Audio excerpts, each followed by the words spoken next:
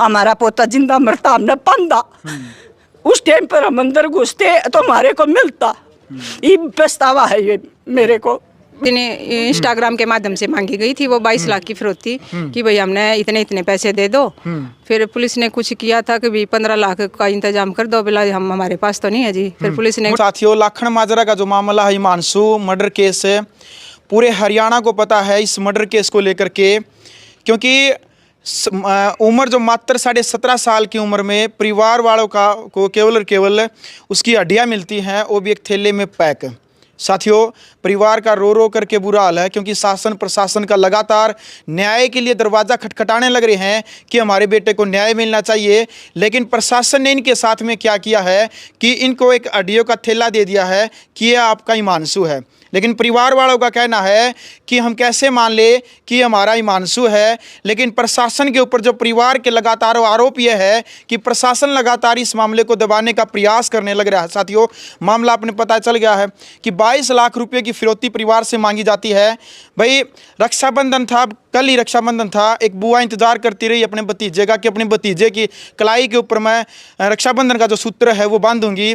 लेकिन भाई नहीं, ये एक अनहोनी होनी थी इस परिवार के साथ में। अभी तक प्रशासन किसी भी तरीके से इस परिवार को संतुष्ट नहीं कर पाया है। हिमांशु की दादी जी हैं हमारे साथ में, हिमांशु की बुआ जी है।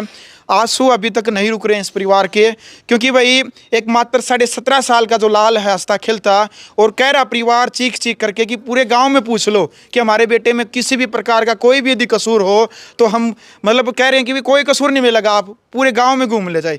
आप बुआ जी हैं बेटे की, हाँ जी, क्या कहना चाहेंगे? हिमांशु के साथ इस प्रकार की अनहोनी हो जाती है, क्या कहना चाहेंगे जी? हम तो जो जुर्मी हैं, जिन्होंने अपराध किया उनको सजा दिलवाना चाहते हैं। अगर प्रशासन साथ दे तो, जो हमेशा ही पीछे हटता रहा है हमारा, अब तक उन्होंने कोई साथ नहीं दिया जी।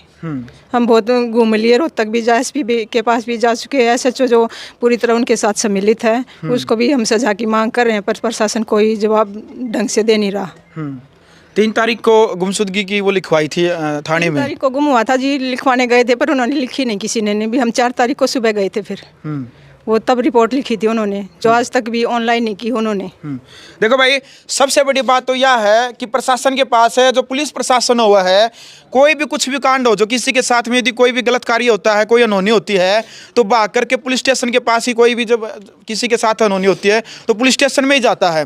लेकिन पुलिस वाले इस प्रकार से गुमराह करते हैं परिवार को, पहले ही दुखी, ऊपर से प्रशासन फिर इनको दुखी करता है कि गुमशुदगी की जो रिपोर्ट है वो तक नहीं लेता है। दादी जी, अच्छा जी, दादी जी, गांव के ही राहुल है, उस परिवार का नाम आया है कि उन्होंने इस प्रकार से हत्या की है। हाँ, हत्या की है बेटा, हत्या की है। चारों मानसा ने मिलकर 100% हत्या की है हमारे पोते की।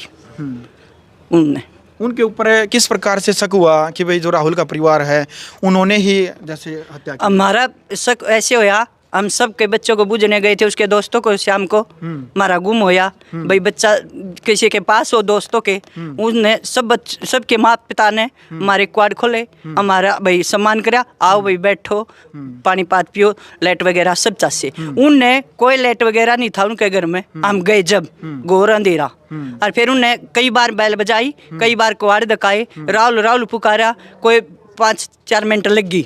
जब उनने क्वाड खोले, उनने फिर भी कोई लाइट नहीं जलाई। भाई बाहर के मानस आए हैं, लाइट तो कोई भी है जलावेगा पहले, उन्हें कोई लाइट नहीं जलाई। तो फिर उसका बेटा बोले, हम बेबे राहुल ने बोला, और हमने हिमांशु बूझना है, और तो उड़े वहाँ खड़े रहे हम, उसकी कोई नहीं कही बैठो चाची ताइयो बैठो, और तो वहाँ खड़े रहे, कोई लाइट वगैरह नहीं जलाया। उसका आदमी ने कह रही है वाह, अगर जाइए वह बोल पहले तो वो तो टेंशन में है, कोई टेंशन में है। मैं बोली बेबे के, राहुल की माँ बोली, माँ बे के टेंशन है? बोला इसका तो है ना, किसी ने करा रखा है। मैं कहा इसको क्या करा रखा है, किसकी करा रखा है? बोला हमारे परिवार ने करा रखा है। वह बोली, फिर वो आवे है, उसका पापा ले आवे है ठाकी, उसने वो बोला है मैंने मखा भाई तने मारा हिमांशु देखा? बोला हिमांशु तो मेरे को 2 मिनट और उड़े मिला था बाईपास पे। उसको तो मखा के कह गया है तेने कोई बेरा है कित गया है? बोला ना मैंने न्यू तो बेरा नहीं, वो तो न्यून गया जुलाना वाले रोड पास, न्यून गया वो तो। और मन ने तो बोला कौन बेरा? मखा तेरे को बात तो करी होगी, तेरा दोस्त था, बेरा तो होना चाहिए तेने थोड़ा गना। और तो नहीं बोला ना मेरी बात बुझी उसने, उसने नहीं बताई मैं कित गया।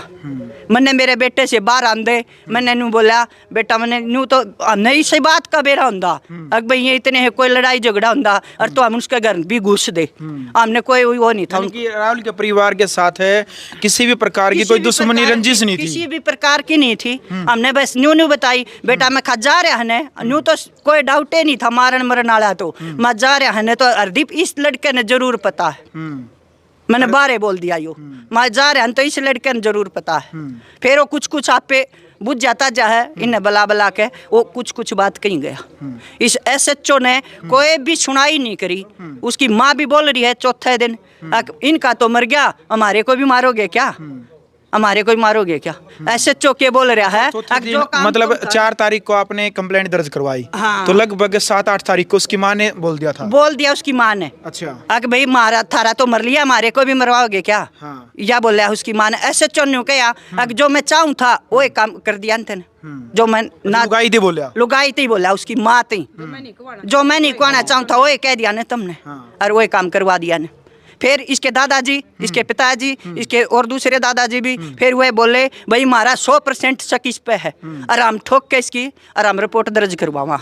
उसने बोले लिखित में दे दो, लिखित में दे दी, कह दी, कोई सुनवाई नहीं हुई बेटा हमारी। चलो भाई देखो, सबसे बड़ी बात यह है कि परिवार ने जब इस बात की थाना में तसल्ली होगी कि राहुल की माँ के मुंह से जब यह बात निकलेगी कि तारा तो मरे गया, ये मारा नहीं मरवाओगे, उसके बावजूद भी कानून के कान पर जूं तक नहीं रेंगती, और परिवार उस टाइम पर भी यही बात कहने लग रहा है कि हमारे बेटे को न्याय मिलना चाहिए। कानून को यह कह दिया भाई, हम लिखित में दे दिया कि भाई राहुल की माँ ने, राहुल की माँ के खिलाफ भी, राहुल के परिवार के खिलाफ जो आपने कंप्लेंट दे दी, राहुल के पापा भी, दोनों भैया के खिलाफ भी, चारों के खिलाफ हमने रिपोर्ट दे दी, उनने कोई कार्रवाई नहीं करी इन पे। अच्छा, कोई शक पे भी। जो फिर वो 22 लाख की जो फिरौती वाला मामला है भाई, वो 22 लाख रुपये वो किस दिन मांगे गए? वो तारीख क्या थी? 9 या 10 तारीख थी। उस दिन इंस्टाग्राम के माध्यम से मांगी गई थी वो 22 लाख की फिरौती, कि भाई हमने इतने पैसे दे दो। फिर पुलिस ने कुछ किया था कि भाई 15 लाख का इंतजाम कर दो, बोला हम हमारे पास तो नहीं है जी। फिर पुलिस ने मोटा मोटी मतलब आंटी क्या कहा था, मतलब कैसे के रुपये क्यों देने हैं रुपये? रुपये क्यों दे रहे हैं? उनने कोई ऐसा फोटो दिखाया था, थारा बच्चा अस्पताल में है और उसके बहुत रुपया लागण लग रहा है और तुम पैसे दे दो, पैसे दे दो। तो आपने जैसे कहा अभी भाई कहाँ दें, कैसे दें, क्यों हमारी वह दें? बात नहीं थी, वह बात प्रशासन की थी, उनने तो बात हुई थी, उनने का काम था, इससे का SHO का था, उनने का उन्होंने सब कुछ अरेंजमेंट किया था, उनको पकड़ने का भी और छोड़ने का भी उनने का काम था। तो भाई देख लो, यानी कि परिवार से 22 लाख रुपए जो फिरौती है वो भी मांगी जाती है, लेकिन कहीं ना कहीं शासन की तरफ से जो SHO साहब हैं, SHO साहब बार बार इस मामले को गुमराह कर रहे हैं कि भाई ताकि इस मामले के अंदर कहीं ना कहीं कोई धोखाधड़ी की जाए। और परिवार तो अभी तक भी कहने लग रहा है कि भाई हमारे साथ धोखा हुआ है, जो कंकाल मिला है परिवार कहने लग रहा है कि भाई हम अभी तक नहीं मान रहे हैं कि वो हिमांशु का कंकाल है। क्या अभी तक